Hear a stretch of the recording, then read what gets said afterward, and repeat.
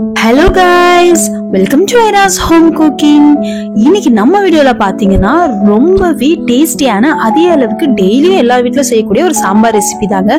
சாம்பார்ல என்ன அதிசயம் அப்படின்னு கேட்கலாம். சோ உண்மைதாங்க, வீட்டுக்கு வீடு நிறையவே டிஃபரன்ஸ் வரும். அதோட பிகினர்ஸ்க்கு இது ரொம்ப யூஸ்ஃபுல்லா இருக்கும்னு நினைக்கிறேங்க. சோ வாங்க ரொம்ப ஈஸியா இந்த சாம்பார் செஞ்சிடலாங்க.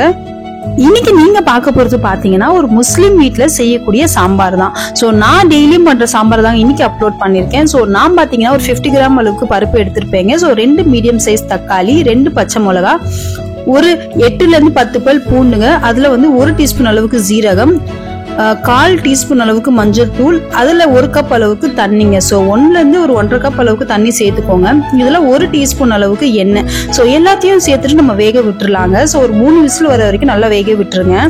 குக்கர்ல 3 விசில் வந்த உடனே சைட்ல எடுத்து வச்சுட்டேங்க. ஸோ நான் இன்னும் ஓப்பன் பண்ணல. ஸோ அது இன்னும் ஆவி அடங்கட்டும். ஸோ அதில் அப்படியே இன்னும் கொஞ்சம் வெந்துக்கிட்டு இருக்கோம்.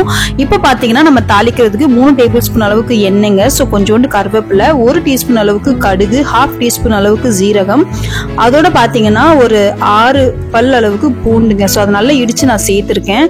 இதில் பார்த்தீங்கன்னா நான் நார்மல் வெங்காயம் தான் எடுத்திருக்கேன். இதுவே நீங்கள் சாம்பார் வெங்காயம் சேர்த்தீங்கன்னா இன்னும் அல்டிமேட்டா இருக்குங்க. ஸோ நான் பார்த்தீங்கன்னா இது எல்லாத்தையும் ஃப்ரை பண்ணிக்கிறேன். ஸோ கலர் லைட்டாக சேஞ்ச் உடனே இதுல நம்ம வந்து கத்திரிக்காவும் தக்காளியும் சேர்த்துக்க போறோம். தக்காளி வந்து 1 தாங்க எடுத்திருக்கேன். சோ கத்திரிக்காய் பாத்தீங்கன்னா பெரிய கத்திரிக்காய் 2 எடுத்திருக்கேன். இப்ப நம்ம அதுல உப்பு சேர்த்துக்கலாங்க. சோ தேவையான அளவு உப்பு சேர்த்துக்கோங்க. மஞ்சள் தூள் 1/2 டீஸ்பூன், குழம்பு மிளகாய் தூள் வந்து 2 டேபிள் ஸ்பூன் அளவுக்கு எடுத்திருக்கேங்க. சோ இதுல பாத்தீங்கன்னா நான் வந்து மிளகாய் தூளும் சேர்க்கல. சோ அதோட பாத்தீங்கன்னா சாம்பார் தூளும் சேர்க்கலங்க. சோ இதுவே சாம்பார் வந்து ரொம்ப டேஸ்டா இருக்கும் நம்ம குழம்பு மிளகாய் தூள் சேர்க்கறதால. அதோட பசங்களுக்காக நான் கொஞ்சம் காரம் ரொம்ப கம்மியாவே சேர்ப்பேங்க. இந்த டைம்ல நீங்க காரம் உங்க டேஸ்ட்டுக்கு ஏத்த மாதிரி சேர்த்துக்கலாம். மிளகாய் தூள் கூட சேர்த்துக்கலாம். சோ கொஞ்சம் லைட்டா தண்ணி சேர்த்துட்டு அதை வேக விட்டுட்டேன். சோ இந்த சைடு பாத்தீங்கன்னா குக்கர் ஓபன் பண்ணிட்டேங்க. எந்த அளவுக்கு இது வெந்து வந்திருக்கு பாத்தீங்களா? இந்த ஸ்பூன்லயே நீங்க மேஷ் பண்ணிடலாம். அந்த அளவுக்கு சூப்பரா சாஃப்டா வந்திருக்கு. நான் மத்து வச்சு கடைஞ்சி எடுத்துட்டேங்க.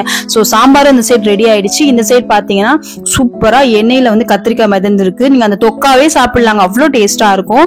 சோ நான் பாத்தீங்கன்னா சாம்பார் சேர்த்துட்டேன். அதோட வந்து சின்ன லெமன் சைஸ்ல புளி வந்து கரைச்சு வச்சிருக்கேங்க. சோ அதுவும் நான் சேர்த்துட்டேங்க. இதே மாதிரி மெத்தட்ல நீங்க எல்லா காய்கறியும் சேர்க்கலாம், முருங்கைக்காய் சேர்க்கலாம், அவ்வளோ டேஸ்டா இருக்கும். ஸோ பாத்தீங்கன்னா நான் எல்லாத்தையும் மிக்ஸ் பண்ணிக்கிறேன். ஸோ இன்னும் கொஞ்சம் பாத்தீங்கன்னா கத்திரிக்காய் வேகணும். நான் வந்து சாம்பாரும் சேர்த்துருவேன் பாதி வெந்த உடனே. ஸோ சாம்பாரோட இந்த கத்திரிக்காய் வேகும் போது டேஸ்ட் ரொம்ப நல்லா இருக்குங்க.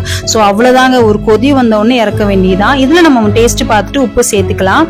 உப்பு வந்து உங்களுக்கு எவ்வளவு தேவையோ அந்த அளவுக்கு சேர்த்துக்கோங்க. ஸோ அதோட பாத்தீங்கன்னா பெருங்காயத்தூளும் சேர்த்துக்கோங்க.